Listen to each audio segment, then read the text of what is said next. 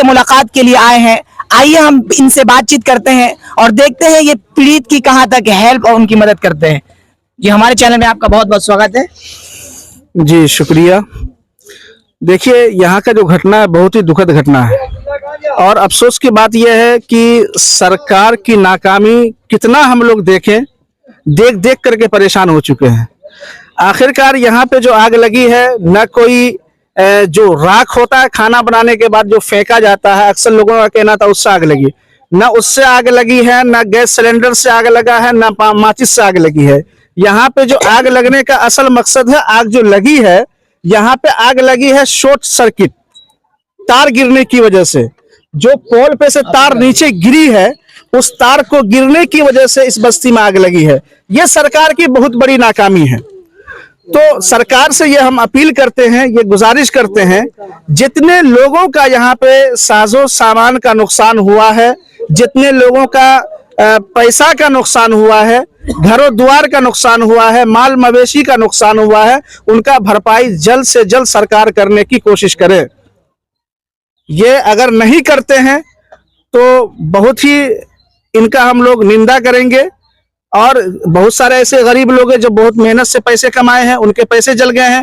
भाई, अगर हमारी गलती होती तो हम समझते कि मेरी गलती है, ये सरकार की गलती है ना भाई। सरकार कहाँ खो रही है? कोई कैसे ठेकेदार को बेचती है तार को चेंज करने के लिए? जहां पे 3 पोल की जरूरत है वहां पे 2 पोल खड़ी करती है। ये कितना घपलाबाजी करेंगे ये सरकार है? किस तरह लोगों को सताएंगे, कितना परेशान करेंगे। आज यहाँ आग लगती है, दमकल की जरूरत होती है तो जहां आधे घंटे के अंदर पहुंचना चाहिए वहां पे 2 घंटे के अंदर दमकल आती है। जहां पे खाने की जरूरत पड़ती है वहां खाना का इंतजाम नहीं कर पाता। यहाँ पे अभी कैंप होना चाहिए सबके लिए। जितना घर जला हुआ, तकरीबन 70 से 80 यहाँ पे घर जला है, सबके लिए यहाँ पे कैंप होना चाहिए। प्लास्टिक का बढ़िया तरीके से टेम्पोररी इंतजाम होना चाहिए। उनके खाने के लिए प्लेट उनको मिलना चाहिए। उनके लिए कम से कम जो है 2 टाइम तो खाना का इंतजाम होना चाहिए कैंप के थ्रू। अब बताइए, जिसका घर जल गया है वो रात को कहाँ जाके सोएंगे?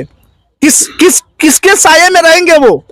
तो ये सब बहुत दुख होता है जब इस तरह का घटना होता है और जब सरकार साथ नहीं देती, जब सरकार नाकाम होती दिखती है तो बहुत ही दुख होता है। सरकार से यही अपील करेंगे, इन लोगों का पूरी तरह से जो इनकी सहायता की जाए और जल्द से जल्द इनके परेशानी को दूर करने की कोशिश की जाए। और जिन जिन लोगों का घर जला है उनका पूरा सहयोग किया जाए और जिनका जितना माल जला है उनको उतना रकम दिया जाए। और जितने लोगों का घर जला है, जिसका घर जितने लागत से बना हुआ था, सरकार से मांग करते हैं उसी हिसाब से उनको मुआवजा मिलना चाहिए। जिनका जो मवेशी जला है, जितना लागत का मवेशी है उस हिसाब से मवेशी का खर्चा मिलना चाहिए। ये नहीं कि लॉलीपॉप दे दे, 5,000 11,000 हर प्रति घर दे दिए। 11,000 से क्या होने वाला है? सरकार से मांग है कि जिस तरह से इंसानियत होती है उस इंसानियत के साथ वो आ करके जिसका जो लागत से नुकसान हुआ है उसकी भरपाई करे। आपका बहुत बहुत शुक्रिया हमारे चैनल में। तो ये थे MIM के राघोपुर युवा प्रखंड अध्यक्ष जनाब हिदायतुल्लाह रहमानी साहब। सरकार से इनकी मांग है कि यहाँ पर जितने भी घर जले हैं और उनका जितना क्षति हुआ है, जितना भी उनका नुकसान हुआ है, सरकार उतना पूरा भरपाई करे। और तत्काल में यहाँ के लोगों के लिए जिनके जो घर से बेघर हो चुके हैं उनके लिए तत्काल क्या कहते हैं, एक कैंप का ये इंतजाम किया जाए और खाने पीने का भी इंतजाम किया जाए उसके लिए। आइए हम आपको कुछ जले हुए घर वगैरह से दिखाते हैं।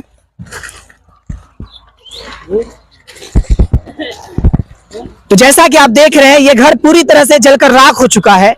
इस घर में मिट्टी और राख के सिवा कुछ भी नहीं बचा हुआ है।